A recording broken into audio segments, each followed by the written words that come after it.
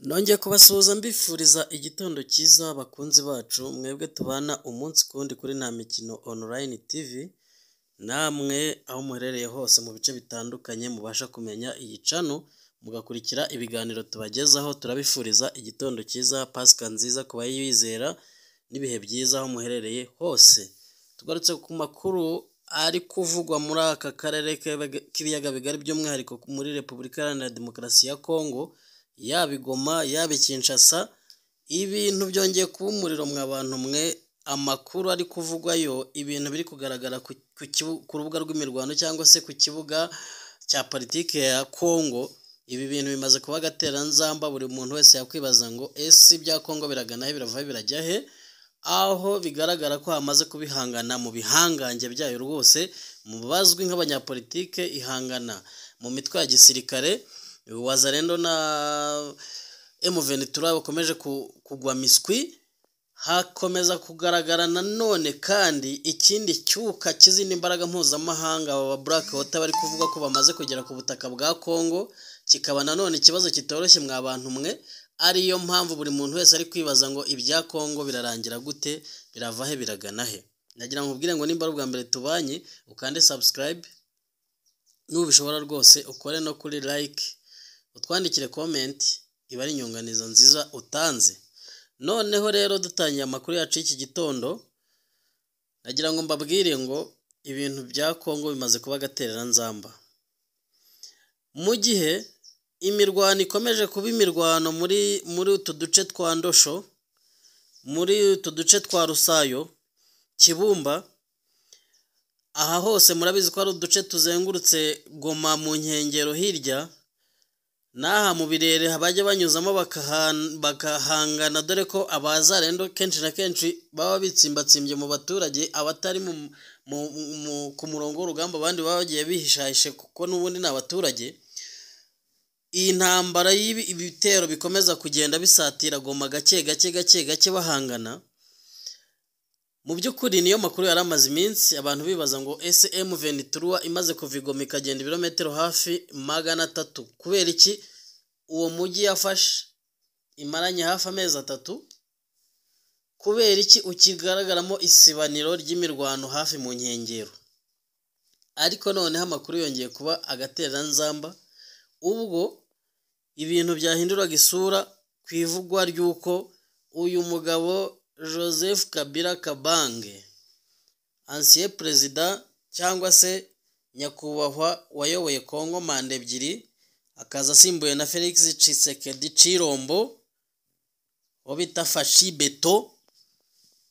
Uyu munsi nk'umuntu wari nyakubahwa wa Kongo cyangwa se bitaga nka honorable mu rwego rwe, bitewe n'uko nyine yayoboye kandi akavaho neza.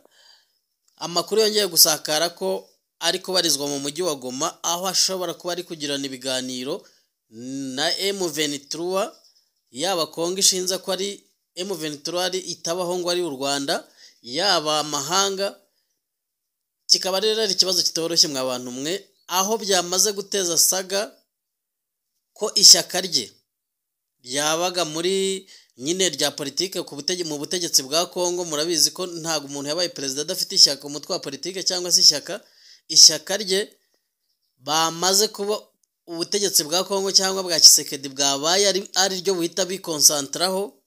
Baravuga ngo iryo shyaka rigomba gusenywa, cyangwa se aho ryaba rifite abarwanashyaka hose ku butaka bwa Kongo rikamaganwa, kuko rigahagarikwa, kuko bamaze gushinja Joseph Kabila ko ngo ari umugambanyi wa Repubulika Iharanira Demokarasi ya Kongo. By'umwihariko nk'uko umuvugizi wa Kongo akaba na minisitiri w'itangazamakuru, ubwo ni umuvugizi wa guverinoma Patrick Muyaya, uko yabitangaje avuga ngo bibaye ari byo nk'uko biri kuvugwa ko Joseph Kabila ariko ari Goma, yaba ari umugambanyi tukura. Ariko mu buryo buri politike bo bahise bihutira gutekereza ku by'ishyaka rya Kabila, bati rigomba guhagarikwa kuko nizo mbaraga afite mu gihugu za politiki.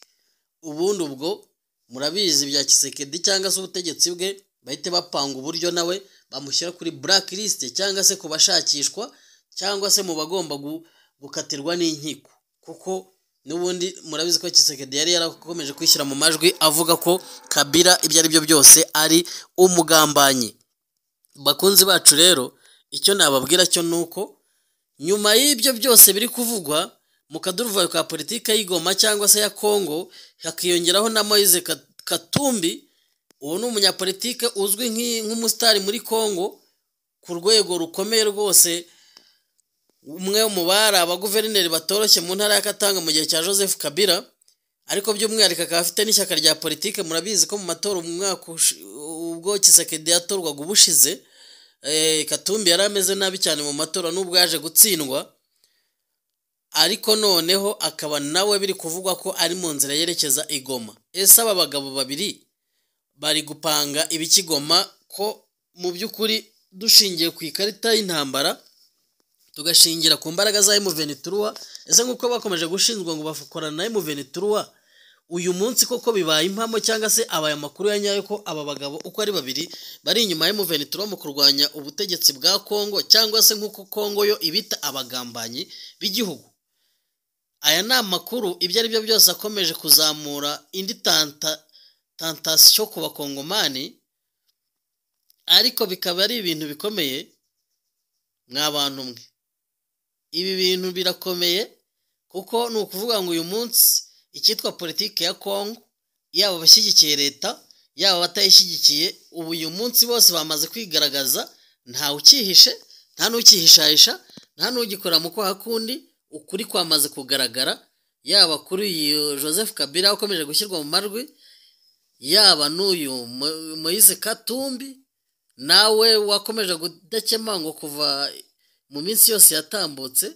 Bikaba bimaze kugaragara rero neza ko ikibazo cya Kongo kibaye ikibazo kabutindi, cyangwa se kibaye ikibazo kidasanzwe, mu gihe inama z'umuryango w'abibumbye agashami gashinzwe umutekano cyangwa se na UN muri rusange umunsi ku wundi baterana bamagana M23, bavuga ko ubwo ni ibihugu bifitemo ijambo rikomeye, yaba Amerika yaba Ubwongereza, bavuga ko M23 igomba kumanika amaboko ikarambika intwari igasubizwa mu buzima busanzwe, n'u Rwanda bashinza ko rwoherejeho ingabo ngo rugacyura ingabo zabo byihutirwa nta munaniza. Mwumvishe ko na Amerika ikomeza kubisubiramo bitagombye guca mu kanama k'umuryango w'abibumbye, ubwo intumwa ya Trump yari ivuye hano muri aka karere, yahereye muri Kongo iva Kongo ijya Uganda, ijya Kenya, iza mu Rwanda, isubira Kongo, isubiye muri Amerika. Ngibyo ibyo batangaje mu buryo buri official cyangwa se mu buryo bwa nyabwo, ibyo yegereje ku itangazamakuru.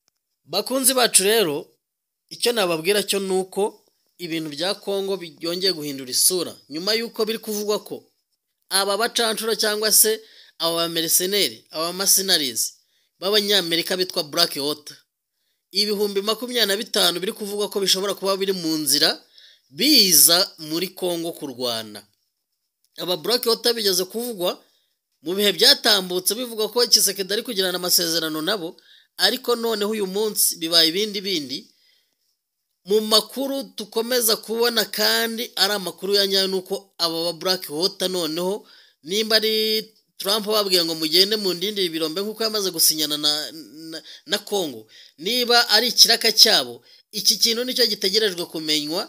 Ariko mu gihe bari barakomeje kuvuga ko aba bantu Tshisekedi ari kubashaka, izi ni ingabo kabuhariwe z'abanyamerika b'abacancuro bagera ku 25,000, murumva ni abasirikare benshi cyane, ni abasirikare benshi pe.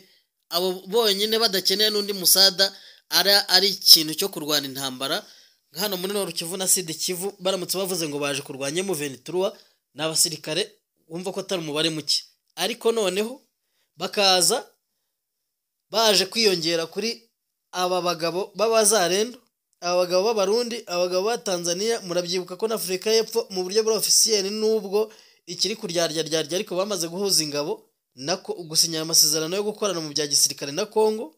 Ibi bihugu byose uko ari 4 uyu munsi bikaba biraho bimeze nk'ibiryamiye amajanja. Ubwo turi kuvuga Afrika y'Epfo na Tanzania, kuko bamaze gusinya amasezerano y'ibya gisirikare na Kongo, gukorana, ibyo birazwi mu buryo buri officiel. Hakaza hiyongeyeho aba Black Water bo baje guca inshuro cyangwa se baje gushaka umugati mu buryo bwihuse. Umuntu wese ureba kure akaba yavuga ati ibintu byo muri Nord Kivu na Sud Kivu, ibi bintu bishobora kuba ibindi bibazo cyangwa se ikindi kibazo kitoroshye. Ariko amakuru tubona nuko ibyo ari byo byose intambara ya Kongo, nyuma y'ibyakomeje kuvugwa muri politike cyangwa se mu miryango mpuzamahanga itandukanye, yaba Union Européenne, yaba UN, yaba na SADC, yaba na EAC, nuko aba bantu bose icyo bahurijeho ariko bamaganye umutwe wa M23 bagakomeza no kwikoma igihugu cy'u Rwanda. Twibukiranye neza ko hari n'ibihugu byamaze gucana umubano burundu, cyane cyane nk'Ababiligi ku isonga, nubwo n'Abongereza n'Abadage babitangaje, ariko Ababiligi nibo babikabirije, hakiyongeraho n'Amerika iri gukomeza kwenyegeza. Ariyo mpamvu umuntu wese yakwibaza ngo ikibazo cya Kongo gikomeje kuba ikibazo kabutindi, cyangwa se amakuru tubona ashobora kuganisha Repubulika Iharanira Demokarasi ya Kongo mu bibazo cyangwa se no mu karere nyirizina n'ibihugu bituranye nayo.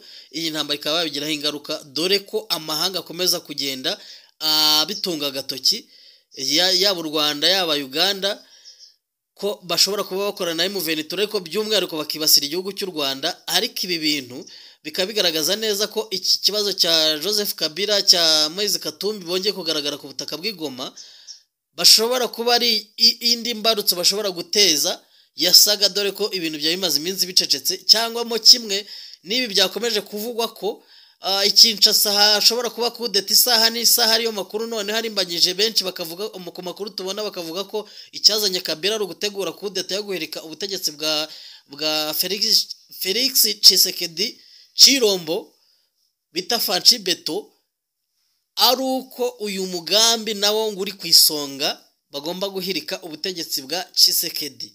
Bikaba bibaye ibintu rero bidasanzwe cyangwa ibindi bintu bibi. Ariyo mpamvu mbabwira ngo ibya Kongo ni agateranzamba. Gusa nagira ngo nkubwire ngo n'ubundi umunsi ku wundi nge nzajya mbagezaho amakuru uko ari kandi uko ameze. Niba ari ubwa mbere tubanye ukande subscribe, nimba dusanzwe tubana utarayikanda ukande kuri subscribe, urayikinga, sharing, commenting, iba ari inyunganizi nziza uduhaye. Gira amahoro, turabakunda cyane kuri Nta Mikino Online TV, mugire ibihe byiza.